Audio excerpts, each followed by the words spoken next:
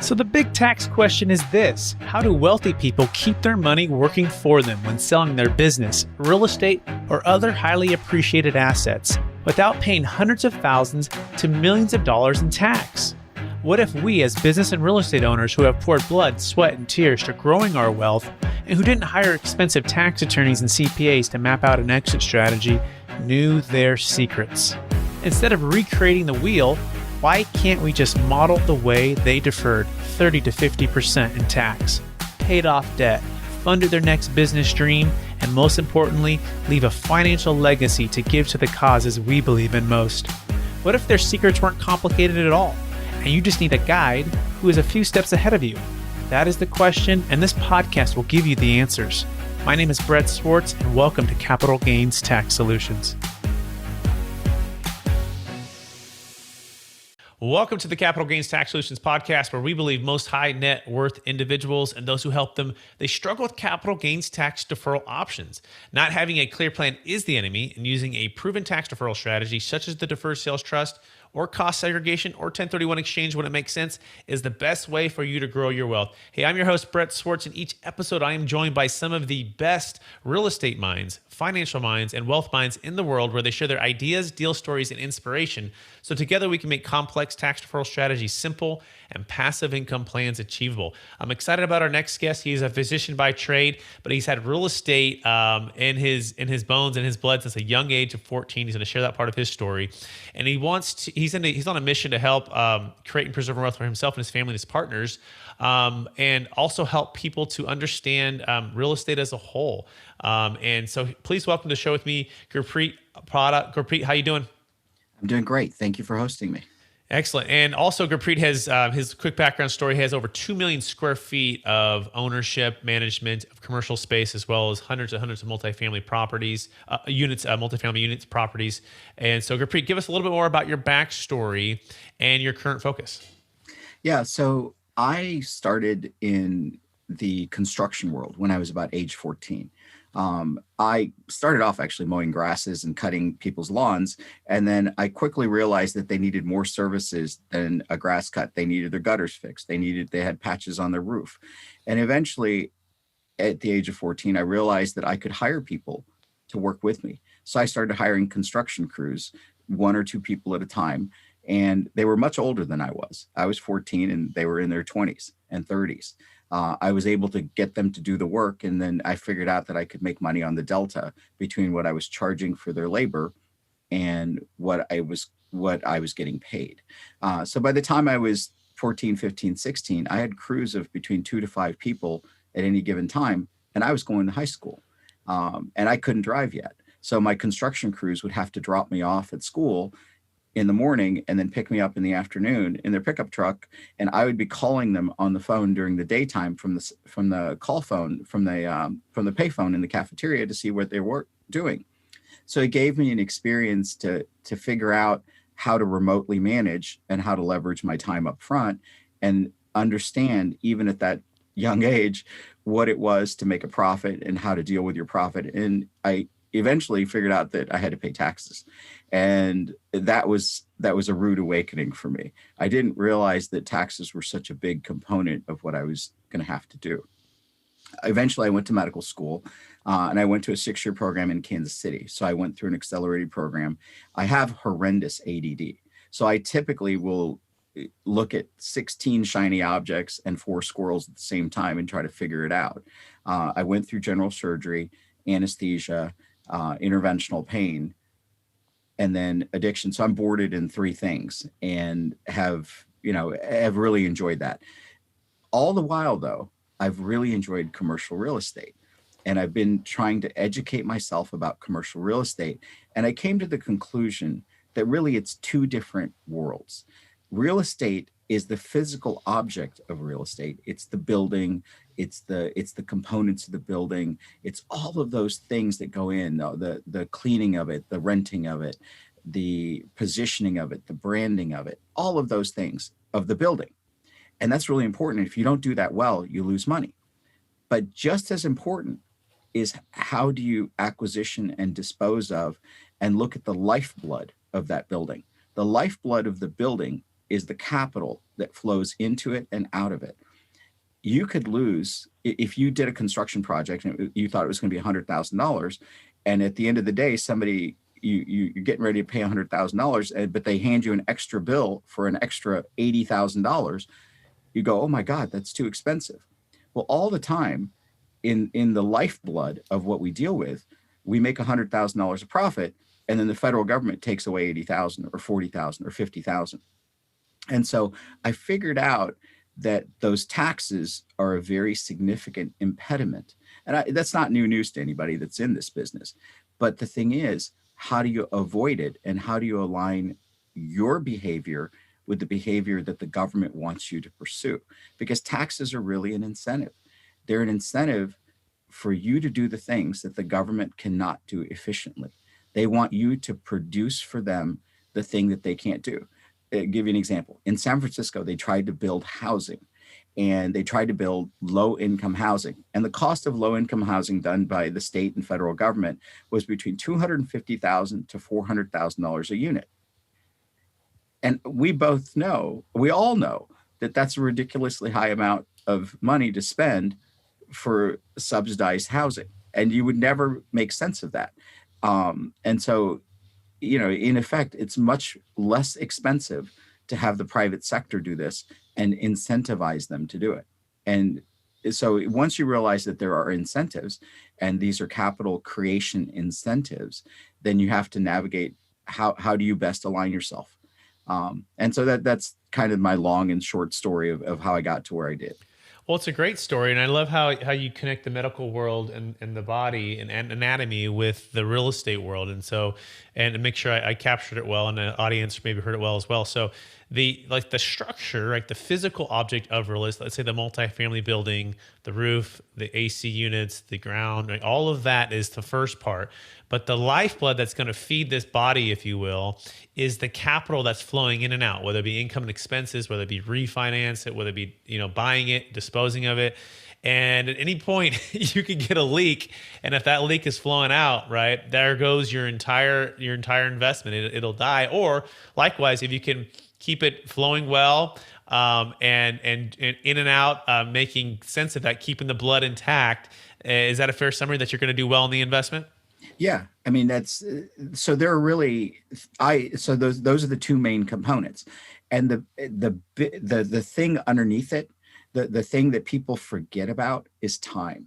That flows in continuity, and it goes only one direction. I can make money and I can lose money. I can gain it and lose it, and I can come up with a creative way to do more or do less. I can gain real estate and I can lose real estate. What I can't gain is time. And so time is the most critical element that we have. And what I always was trying to figure out was, from a physician standpoint, physicians make a lot of money, but they pay ridiculous amounts in taxes.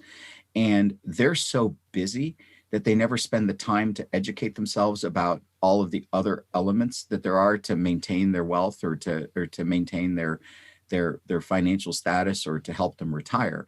And so the one thing that they can't get back is time, but they can make money. And so I've always looked at all of this as the lifeblood is the money, the structure is the real estate, and the underlying current of all of this is the time pressure. And once you recognize that hidden time pressure is something that's it's going to either benefit you or hurt you, that's going to be the biggest thing that you have to pay attention to. Amazing. We're going to dive into that in just a minute here. I want to take one other step back to maybe the days when you were in medical school, in high school, maybe even junior high, in your entrepreneurial starts. And the question is this. I believe we've all been given certain gifts in this life, and these gifts are God-given gifts, and these gifts are given to us so that we can be a blessing to others. So I'm curious, what was maybe the one, maybe two gifts that you believe you were given, and how do you use those gifts to help others today? I think, and this may seem contrary. So I was born in North India. I grew up during a time of war, and I grew up in the Indo-Pak wars. And so I had the fear of death And it had started really early because I didn't want to die in an air bomb attack. I had friends that died in mustard gas attacks. And so I grew up in North India, and I had that urgent sense of fear. My parents, when they relocated to the United States, it was important for them to give us an education so that we could go forward. And so I have this constant background awareness of how things can go terribly wrong. But that, I think, is an incredible gift. And it gives you the hackles to know when stuff is not going like it's supposed to go. And it also allows you to be firmly grounded in real situations. And so I don't mind going into areas that are C and D grade areas because I know what it is to deal with those situations. I'll give you an example. So I was doing a rehab, and I was in Chicago, and I was this was during my general surgery residency, and it was the weekend, and I was meeting one of my crews, and there was a building in a not so nice part of town, and we were looking at a window that was on the third level, and I was up on the ladder, and my construction manager was on the ground. I was up in the air. I was looking at a piece of trim, and I was trying to figure out what we could do. Did we need to cover it with aluminum, or do we need to replace it? And all of a sudden, one of the windows right below me exploded. And I thought, well, this is the strangest thing. Why did you guys put this in so defectively? And I'm yelling at the contractor below. I'm like, hey, what happened to this window? What's going on here? He goes, I don't know. And then all of a sudden, the window next to that exploded. And I was like, this doesn't make sense. Either the building is settling or we have a major problem. And by then, we realized what was happening because there was a dumpster next to us, and you could hear the ricochet of bullets hitting the dumpster. We became sniper targets. And I quickly jumped off the ladder, but I got grazed by a bullet on the way down. And we were in the south side of Chicago. So, you get into those situations where you have to be hyper creative and deal with those situations. And they figured out where the sniper was, and they ended up dealing with that issue. And this was a chaotic time in Chicago. It was probably like 1988, 1989. There was a lot of gang violence, and people were doing a lot of stupid stuff. And so, for that particular building, I figured out that I had to make nice with the local folks there. And sometimes you have to deal with people that are in gang situations that you may not normally deal with, but you have to work with them creatively to figure out how they can be stable and they can keep you safe. And so we figured that out. We figured out a way to have picnic parties for the local folks in that area. I actually hired people that were street people and gave them places to stay temporarily while we rehabbed the buildings. Because the other issue that we were dealing with is that while we were putting kitchens in through the front door, people were breaking in through the back door, stealing the kitchens as we moved to the next unit. So we fenced the entire building, and I had some of the local folks stay there and paid for their food and paid them to observe and watch. We had a watchdog at one point, but they poisoned the watchdog and killed it. And so, you have to be creative with your solutions, and you have to constantly look at it and see what the right solution is. I know that's kind of tangential, but that's the ability to adapt and to have some degree of stay away from stay away from situations that can get you in trouble. I think those are the gifts that I have. Yeah, and those are amazing gifts, and what a story! And I can't wait for the book to be released because there's so much there. We don't have time to dig into everything, but wow, the growing up in a war torn country and the fear of death and I don't know if this is, I don't want to put words in your mouth, but once you've started there and once you've overcome that, right, and once you made this big transition to another country, and then had, it looks like probably amazing parents, right, to help encourage opportunities, right, and growth, and then to be on the other side of that, it's sort of like, oh, I've already dealt with that, I've already been through that, I've overcome that, I can overcome this. Is that a fair summary? Yeah, absolutely. And so my parents, both my parents are amazing people. I mean, my mom is a mathematician. My dad was a physicist. And so they're super smart, and their whole thing was, you can set your mind to learn anything. You just have to spend the time to figure it out, and then create models in your head of solutions, and then test those models and figure it out. And the faster you can iterate, the faster you can create a different model and test your model, the better off you're going to be. And so I look at everything as, what's the right answer? What's the wrong answer? How do we make sure that we don't do the wrong answer? And then how do we iterate that to get better at it? And so that's why I look at real estate as the mechanical aspect, and then the electrical, or the flow aspect of the capital. I have to figure out both in order to make it work. Excellent. So now let's dive into that exact topic here and understand that you said the current underlining everything is the time pressure. So walk us through that concept of time pressure, and walk us through how when you're looking at deals, right, and the velocity of the flow of capital in and out of that, and what's the best way you've been able to iterate and create the models to make sense of investments. Yeah. So the number one thing you have to realize is your time is limited, and it really is accentuated when you realize, when you look at the profit that you're going to make on a deal, or the loss you're going to take. Your time is limited, and you have to use time to your advantage. I teach by example a lot with my folks, and I'll give you the classic negotiation technique that I taught my baby cousin. I said, Vishal, look, the more time limited somebody is, the better deal you're going to get. So let's go through McDonald's drive-through and try to negotiate for the price of a hamburger. And you're going to find out that you get this burger for free if time is on your side and time is against them. And so we did that. What he did was he delayed and delayed and delayed, and through the drive-through, and people are backing up, and then the McDonald's workers getting pissed. And eventually we got to the front, and he ended up getting extra food for free because you just threw it at him to get him out of the way. And so time is your friend if you're not worried about it. If you go in to buy an air conditioner at the air conditioner store, and you spend 30 minutes, 40 minutes trying to buy that air conditioner, and the average person only spends 4, by the time that they've invested time with you, they're going to do whatever it is to get that price down. So time is your friend in that situation. Time is your enemy when you're on the other side of it. So let's say that you do it. Let's say that you've purchased a piece of real estate, you've sold it, and you've made $100,000 on it, and you can reduce your taxes by doing a 1031 exchange and rolling it over into a new project, but you can't find another project right away. And then time is not your friend, because you're going to overpay, because you got to identify your next project or group of 3 in 45 days, and you got to close in 180 days. Time is not your friend. You're going to overpay.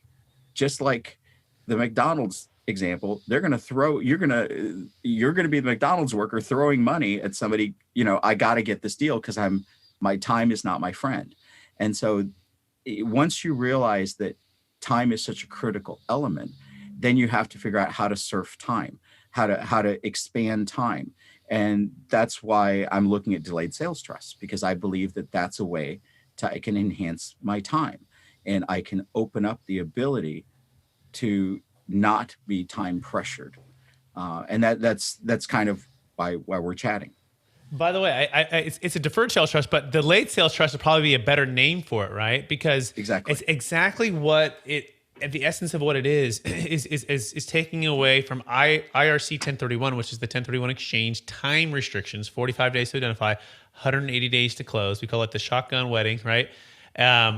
And not so good, versus IRC 453, which is an installment sale where time is, there's no restrictions, right? There's literally, you don't have to identify, you don't have to close on anything, and you can actually sit on the sidelines, all tax deferred. One of the most prolific deal stories is actually out of Minnesota for a gentleman who sold in 2006, and he looked around for his 1031 property, couldn't make sense of the deals, knew it was a seller's market, sensed that the prices were at all-time highs, and instead of overpaying via 1031, he moved it into the deferred sales trust. He waited 5 years, and 5 years from there, he bought back the same property when the bank called him who had foreclosed on that same property. He said, do you want to buy it? And he goes, well, maybe. What's the price? And they said 40 cents on the dollar, right? Or 60 cents on the dollar, 40% less than what you paid for it. And he said, sure. And he bought it back through his deferred sales trust, all tax deferred, which is the big elephant in the room, right? And they say, great. Well, we want to make sure we defer our tax, which is can be 30 to 50% of the gain, depending on the depreciation recapture, right? That's what the government's going to take for their cut. So the key is time, and if you can buy at optimal timing, things are on your side. Any thoughts there? Yeah, I mean, that's people run out of money because they run out of time. When you go into a project, you have to have enough resources, and those resources have to be there for enough time. Given enough time, every deal is a good deal, but most of us run out of money because we run out of time.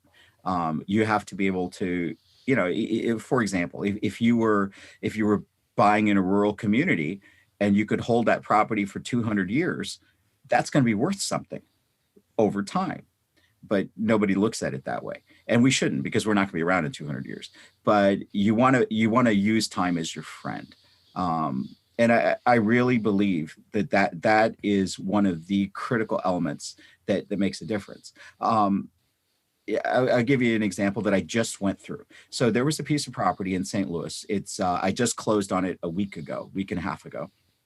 And it's right next to the airport. It's on a road that's perpendicular to the airport. The original group that bought it paid over $5.6 million for it. It's a 29,000 square foot office center that's 20% occupied, that throws off a net cash flow at 20% occupancy of $6,000 net.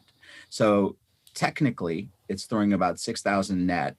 It should be throwing $36,000 net, but the problem was one of their partners died, and the other two partners didn't understand how to run it, and it became vacant. And now they're under time pressure because it's undergoing foreclosure. The bank is also under time pressure because they don't want that thing on their books, and they want to get it off. So I approached them, and it's a $5.6 million plus deal. We did an appraisal on it. The land value is $800,000. The reconstruction price is over $5 million. In an open market, given enough time, it would probably sell in the threes. I ended up getting it because I was willing. I had capital laying around. I got it for $365,000. It's ridiculous. And even my real estate agent's jaw dropped when the bank accepted it. But I knew that they had a limitation on time. They had to get it off their books because they're getting audited next month. And so they don't want a bad piece of real estate on there. So I used their time urgency to help me. So walk us through that for a second here. So I want to make sure I capture that, because that's just incredible opportunity. So when you're approaching the bank, and maybe you've already had a prior relationship with the bank where you've already closed deals with the bank or with the agent, so you've established that track record, right, of performance. And then, of course, you're probably gathering the facts, gathering the information. What's your motivation? Right? What are the time constraints? Is that essentially the first thing? Is you're setting up the chessboard of all the different pieces and it's moving? And because I imagine you didn't say 365 within the first 24 hours, right? Of course, you did the appraisal, you went through it. So walk us through just how you're approaching that to be able to actually do that deal, because you're right. Most people, that's unbelievable that they don't have even the courage to offer something like that low. Could you help us with that? Yeah. So my business partner and I kind of laugh about this a little bit. I feel like if I'm not embarrassed by my offer, it's not low enough. And that's just the reality. If I can't get embarrassed by the offer, I didn't offer low enough. I should feel interior that, God, that's a low offer. I would never take that, but let's try it. And so that's one of the elements. And I'm going to diverge for 1 second, then I'll come back to this. So we were standing in a YWCA, my business partner and I, and they wanted I think they wanted 360, 400,000 for it. And I looked at it, and it was about a 15,000 square foot building. It needed a lot of work. And I turned around and I talked to them. I said, look, we will buy this, but I'll pay you 85,000 and I'll close in 2 weeks. They took I was flabbergasted that they took it. I turned around, painted it on the exterior, and sold it for 350,000 within 6 months. But I had the convenience of knowing that I could handle it. And I was embarrassed to give the offer, but I was like, I got to do it. And my business partner looked at me when those words came out of my mouth. She just turned around, beat red, and walked out. And so you kind of have to, you have to train yourself to negotiate. But back to the original issue. So the sequence that happened with this property, the office complex, is that I found it where all deals go to die, which is LoopNet. I found it as a derelict property that was way overpriced, and I had watched it sit there and sit there and sit there. And so I approached the real estate agent that I did know. I approached the bank that I did know, and I said, look, I'm willing to do this, but these are my conditions. And I gave my price exactly up front before appraisal, because I already knew what it was worth. There's a variety of tools that I use to determine value, and also have experience in the market. I don't think that we should be doing deals in markets that we don't have a lot of experience at. And so I really know areas and neighborhoods really well. And if I can probably visualize what that block looks like and give you an idea of what I think the stability is and the crime rates, and I can tell you what schools they are. I think you should know your community really well where you plan to invest. I think if you're going to invest in a community that you don't know, then you better have somebody on the ground that does know. I think that that's a mistake to invest with somebody that's investing remotely themselves and you're trusting them. I feel like you have to have feet on the ground in the community that you invest. It may not be you, then you should be a little bit passive and let the other person take the active lead. I want to connect the dot here, and correct me if I'm wrong, but I'm thinking of it like your physician mind, which is so inquisitive and so smart, that you're saying basically you need to be a doctor or have a doctor who's already performed the surgeries, who's already gone through the medical school, and as well as has owned and operated on these properties before you invest. And either you're the operator or someone else needs to be the operator, because otherwise, if you don't know the anatomy of the physical parts of the building and the structure, the characteristics, the streets, right? How are you going to have capital blood flow into this thing, right? You might have an arm that's fallen off and the blood's just going to flow out. Is that a fair summary?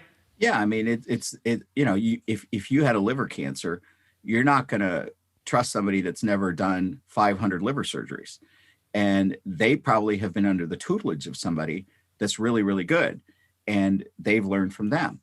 But you're not going to trust that liver surgeon to go up and do a surgery on your brain. They probably know the tools, but it's a different neighborhood. It's a different characteristic. And so each area, you better really know that area well. You're not going to trust your liver surgeon to do your kidney surgery. You're not going to trust somebody that does bladder work to work on your feet. Each neighborhood is separate and distinct, and you have to understand the specialty of that area. And if you don't, it's going to bite you. Absolutely. So well said. And I know you had a second thought, and I also think about a titanium spine. You got to have a titanium spine when you're going to negotiate.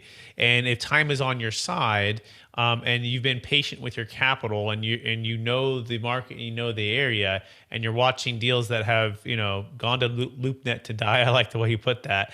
Those are the positions you have the opportunity to negotiate the best in. Having a titanium spine to be patient and methodical and not in a rush, that I think brings the whole time part together. Any other thoughts on time? Yeah, I mean, I'll give you another example that's classic. So look at the auction model. Time is not on your side in the auction model when there's more demand than supply. In the auction model, there's a supply of one item, and the demand is all the bidders.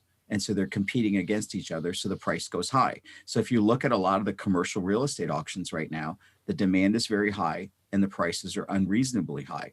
And a lot of times those bids fall through because people have buyer's remorse. They way overbid, they way overprice, and these auction sites that are commercial are getting ridiculously high prices, but the prices don't stick because the buyer has remorse.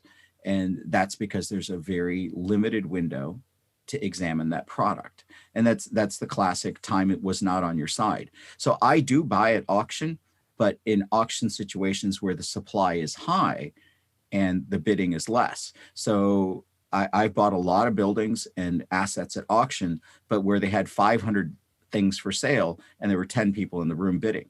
I try to find that asymmetric area where my supply is greater than my demand on the entry. On my exit, I always try to figure out how to get a higher demand and lessen the supply. And so I try to find as many buyers as I can to increase my price, because it's not just me buying it. That's when I make my money, but I don't realize my money till I sell it. And so I have to make sure that there's adequate demand when I sell it. And I want to be on the other side of the equation. I want to create time pressure at that point. Excellent. So let's dive into a little bit now on the tax side, because we understand the acquisition, the purchasing, the time, and now we talked about the big thing what has to do with taxes, right? Which is also a big part of the lifeblood of the capital flowing in and out. And so we talked about inflation and taxes. So let's dive into that a little bit, and what your thoughts are on that, and how you've best been able to use the legal loopholes such as cost segregation, the 1031 exchange, and now I know you're looking at the deferred sales trust. Walk us through your thoughts on that.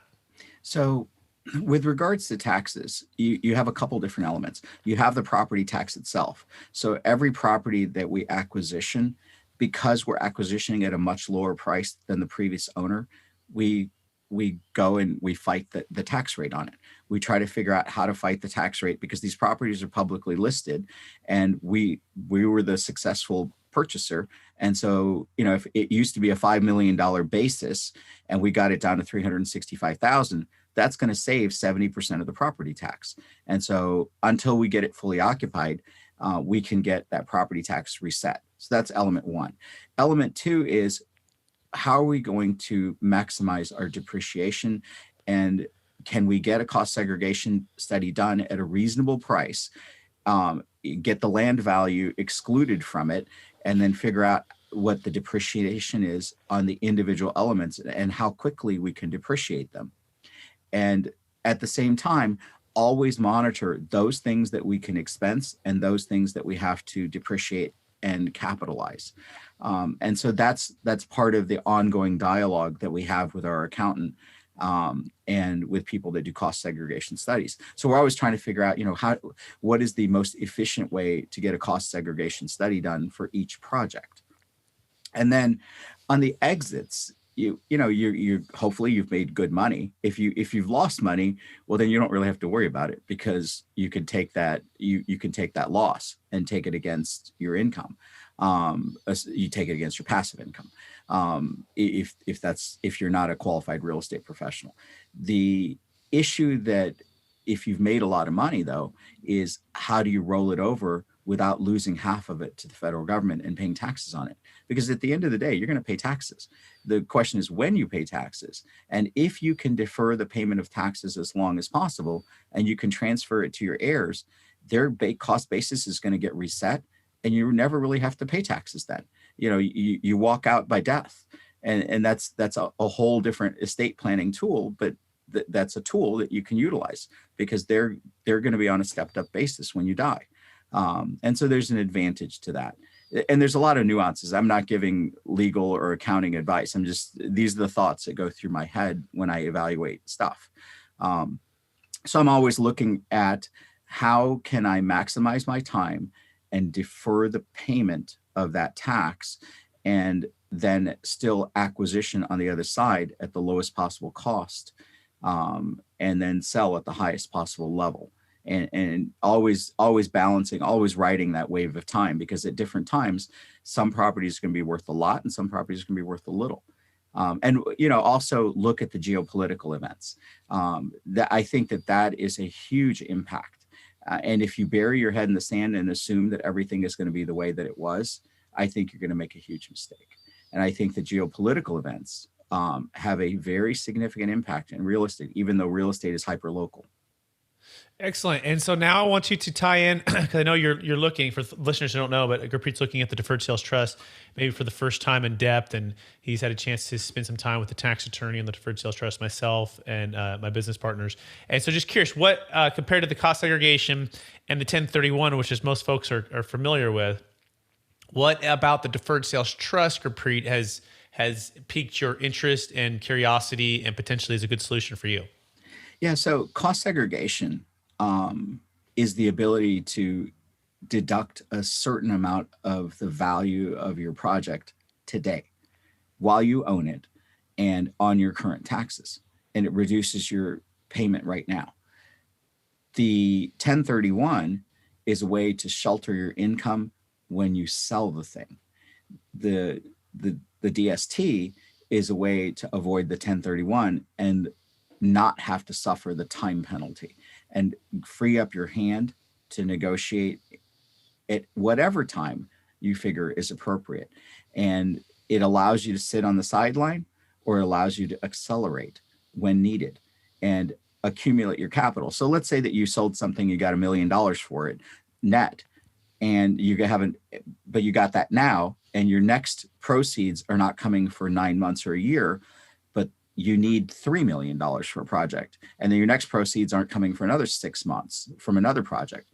You could accumulate all 3 million, but you can't do it in today's dollars. The DST is a way to accumulate that over time and then take advantage of it when you have all of the money that you need for a bigger project.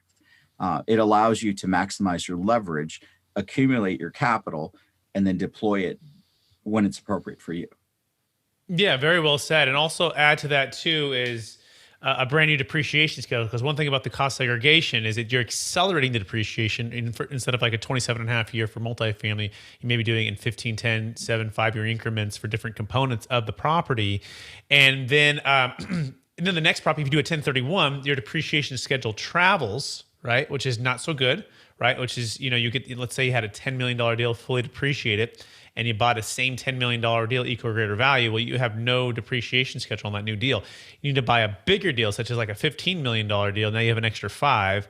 Whereas the deferred sales trust is powerful in that once you're in the trust, you're not doing a 1031. Therefore, if you use the funds to go buy that new property, it's a brand new depreciation schedule. So walk us through the power of a full depreciation schedule versus a partial or none.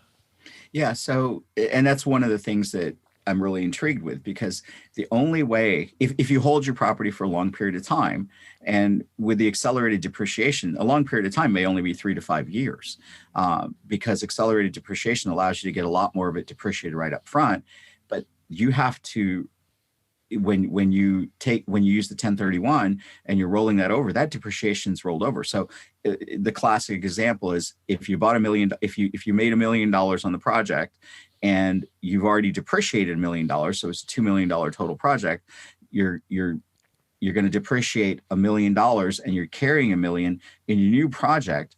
You only get to restart again at that 2 million point for the depreciation, and that's a big problem. You can't actively depreciate that initial component. You pretty much have to triple your product deal every time in order to maintain your depreciation. You don't have to do that with a DST.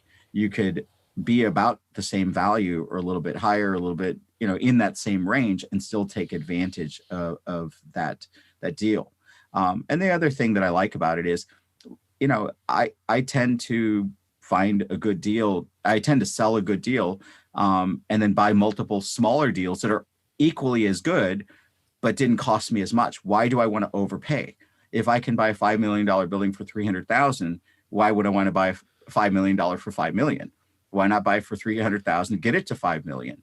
I just sold a building simultaneously as the week before that I bought for $2.2 million for $3.4 million that I bought it the previous year. So I made $1.2 million.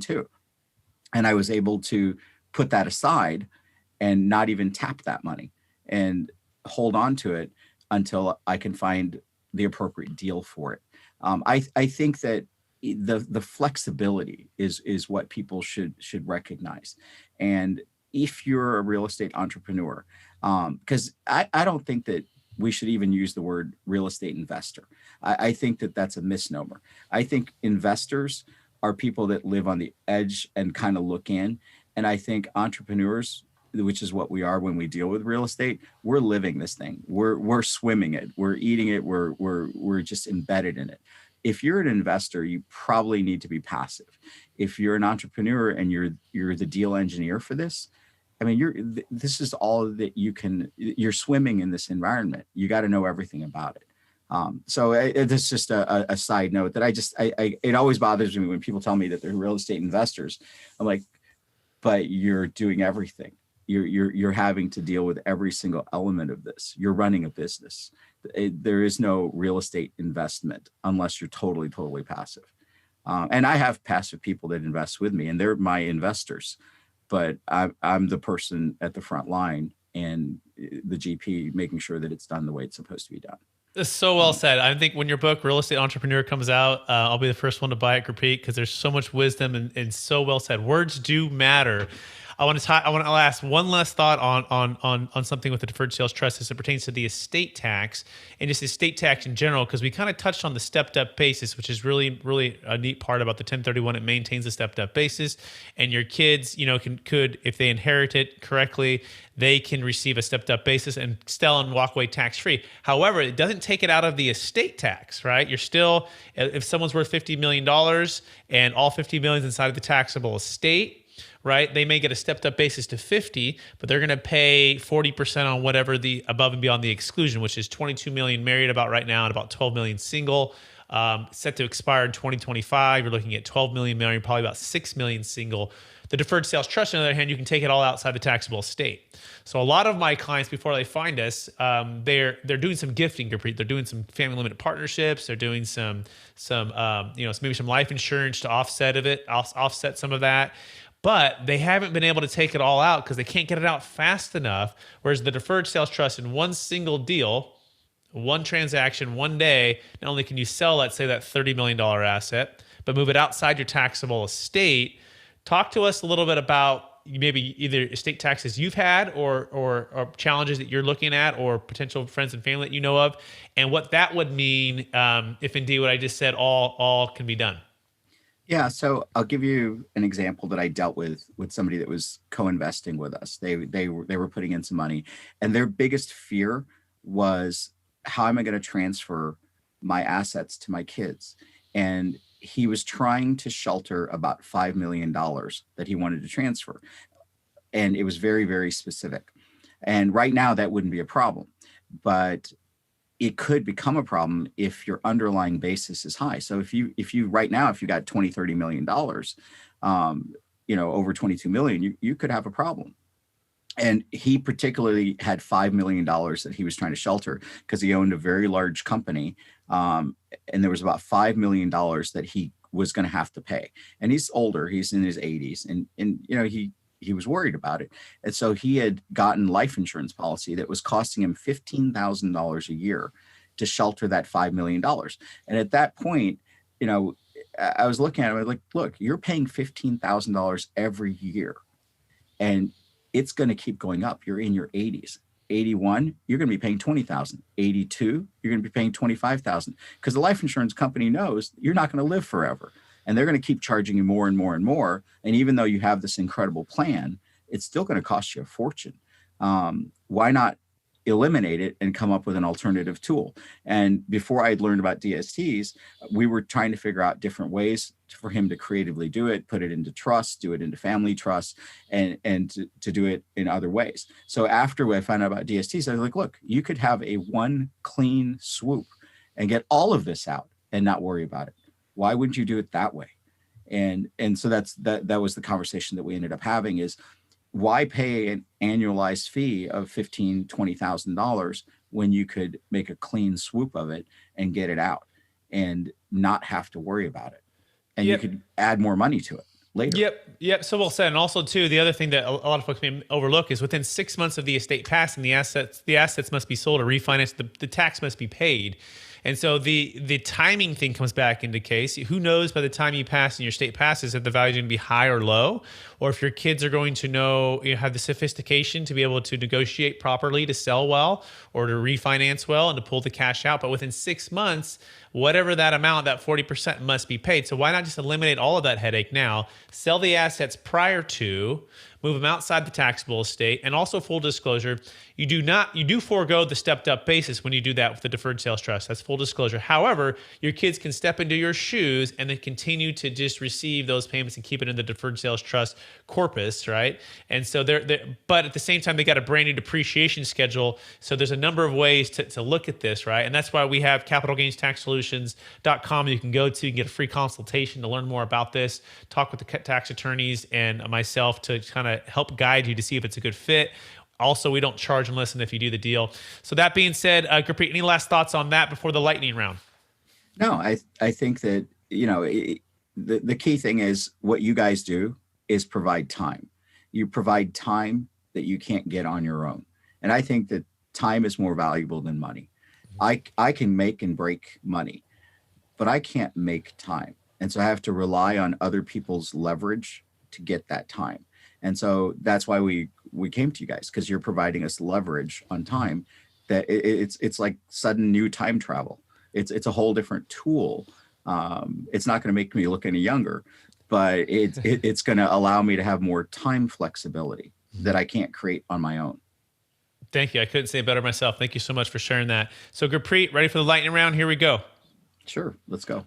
Knowing what you know now, if you could go back to your 25-year-old self, or maybe it's your 14-year-old self, right? Because you got started so early, and I love that. What's the one golden nugget you would make sure you would do?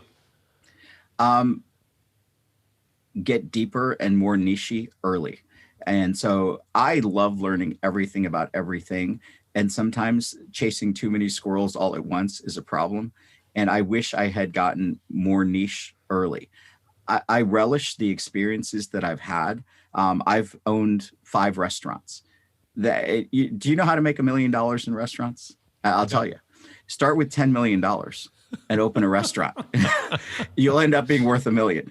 And so it's, I have to tell you that there are a lot of projects that I've done because I was totally intrigued by them. Mm-hmm. But I wish I had niched down faster and figured out my highest and best use of my time and my money and really understood it better earlier. That's Beautiful. What I would tell you. Beautiful. That's a great answer. Thank you so much for sharing that. What's the one book you've recommended or gifted the most in the past year? There's not one particular book. I read a ton. The Pumpkin Plan is one of my favorites. But there's a whole host of tools that you can find. I tell you, I almost find more value in looking at YouTube and looking at some of the channels on YouTube. Peter Schiff is somebody that I really respect, and I think he's a great economist. There's a Minority Mindset. Gurpreet is a really good nuts and bolts person. It depends on what product or project I'm working on. I'll deep dive into that area, and I'll use YouTube because it has contemporary information that is really useful. I still read a lot, but not as much as I'd like to read. And so a lot of books I find are fluff. And so there's usually solid nuggets of maybe 10% of the information is unique and special. So I try to figure that out quickly. And so that I don't have to read the entire book because 90% of it's usually fluff. Well, really well said. And then back to the time aspect too, perhaps you can get through a YouTube video and in 10 or 15 minutes that a whole book might take you 2 or 3 hours, and you're going to find the gold nuggets quicker. And it's also interactive, right? And you can see the body language, the tone of voice, the such. So I think that's really well said. I like that a lot. And the Pumpkin Plan too. I think that's Mike Michalowicz or Mike Mikowski, I think. Mikowski. Yeah. Excellent. Give me a mobile or digital resource you recommend for your business. So I do a lot of analytics. My favorite resource right now is PropStream. I have no relationship with them, but if you're looking at doing analytics and you're trying to find property, or you're trying to identify who owns what, or you're looking at it, PropStream is an amazing tool. I use that tool every day. I certainly use a whole host of electronic tools, but PropStream is one of my favorites. It allows me to narrow down and niche down. And then the other tool that I love is something called MindNode. MindNode is on my laptop, it's on my iPad, it's on my phone, and it's how I take notes for myself because I'm very visual. And so it allows me to create diagrams of projects for myself and connect all the parts. It's really good for people that, have flights of ideas and want to really quickly take a note and remind themselves of it later. The concept of some of the technology we carry around in our hands is amazing to me. But that technology is coming at a cost. It's coming at a cost of the future of jobs. And so it's something that we have to think about consciously, which is going to impact real estate eventually. So I constantly am looking at the global pictures and then narrowing it down. And so I use the other tool that I use, the other valuable tool that I use constantly is just my phone, because it has everything in it that I need. We all do. Beautiful. MindNode, that sounds fantastic. And PropStream, love that. Right. Next question, favorite leadership quote or theme that you strive to live by? Who was it that said this? He was a boxer. Everybody has a plan until they get punched in the face. It was Mike Tyson. And it was one of my favorites because we all have a plan till you get smacked in the face really hard and you go, oh, well, that didn't work. Mm-hmm. And so the quickest thing is to expect that punch and to move out of the way because you can't stop the punch. And so you have to adapt before you get hit, or at least roll with the punch and absorb the energy and get up. So everybody has a plan till they get smacked in the face unexpectedly. And I think that's one of the things that I live by. So well said. Yeah, I love that quote. Favorite negotiation tip? Time. Keep, don't let them see your hand as in terms of time. If time is on your side, it's an amazing thing. The other thing is be really good at reading people and sit back and read people. One of my favorite negotiating courses is a guy named David Finkel, Finkel. He runs a group called Maui Millionaires.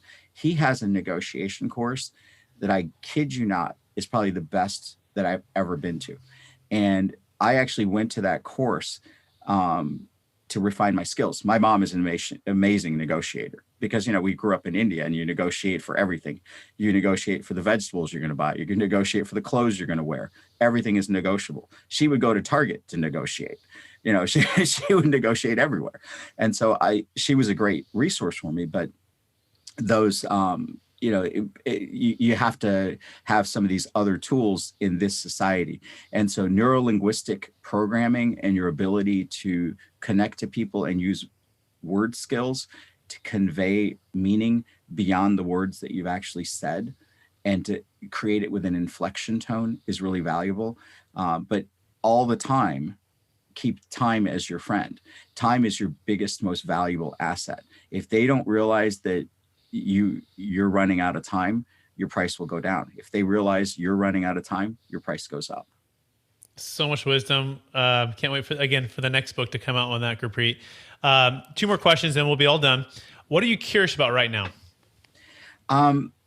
So a couple things. I am learning more about Section 8s. I historically have never used Section 8, but I suspect that we are short 20 million housing units. I also suspect that we're entering a period of time that we're going to have inflation later, but deflation now. I also suspect that we're going to go toward more of a universal basic income with a high degree of unemployment.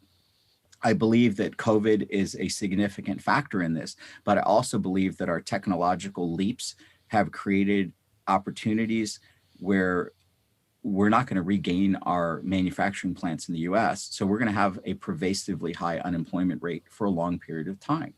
And so we're going to have people that are not going to have regular income. And I believe that subsidized housing is going to become more and more important.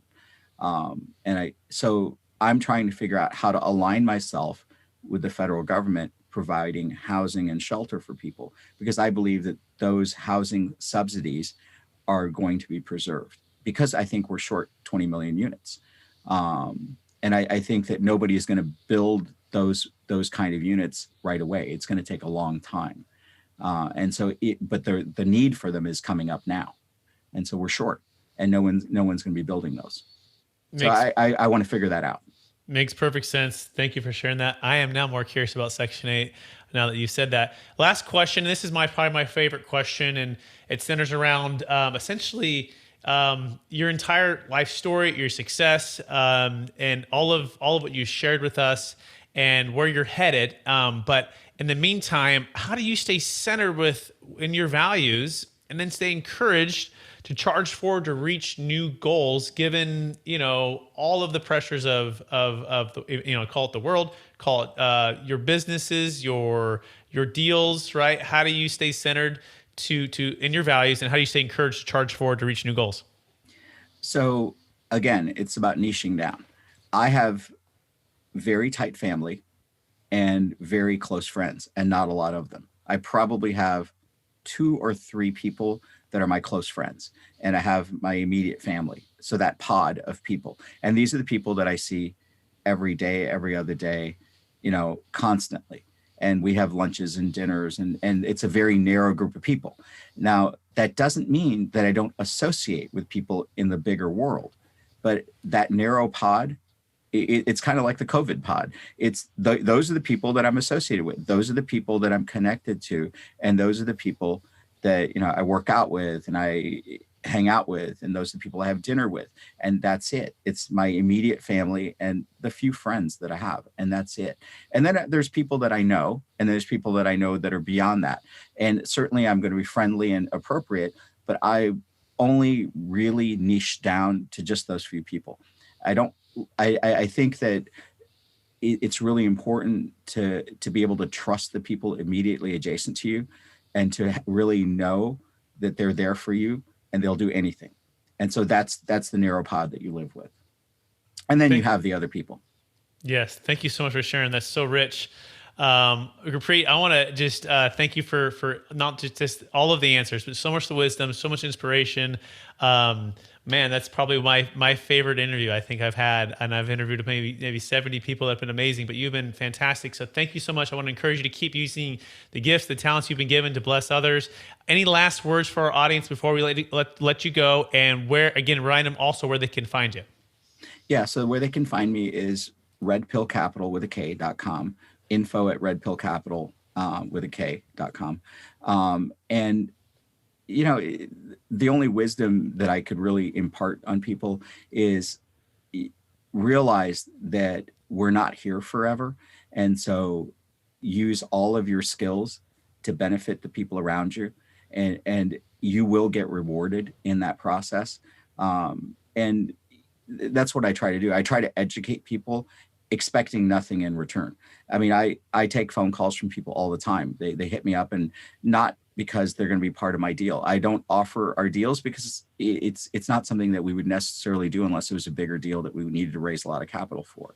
And so I always share information openly. I think that it's not going to hurt you to share that information.